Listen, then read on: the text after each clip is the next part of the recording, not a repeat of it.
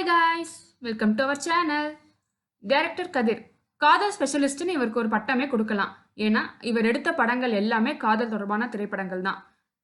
கதிர் யாருன்னு பார்த்தீங்கன்னா அருவா அல்வாக்கு பெயர் போன திருநெல்வேலி மாவட்டத்தை சேர்ந்தவர்.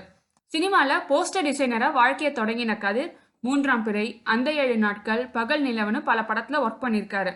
அதுக்கப்புறமா டைரக்ட் ஆகணும்னு முடிவு எடுத்த அவர் இயக்குனர் பாண்டியராஜன் ஜிஎம் குமார் கிட்ட அசிஸ்டண்ட்டாக ஒர்க் பண்ணியிருக்காரு. கதிர் டைரக்ட் பண்ண மொதல் படம் இதயம். இந்த படம் பாக்ஸ் ஆஃபீஸில் நல்லாவே பெர்ஃபார்ம் பண்ணினதோட தமிழ் சினிமாவில் கல்ட் ஸ்டேட்டஸ் அந்தஸ்தையும் பெற்றுச்சு. கதிரோட செகண்ட் படம் உழவன்.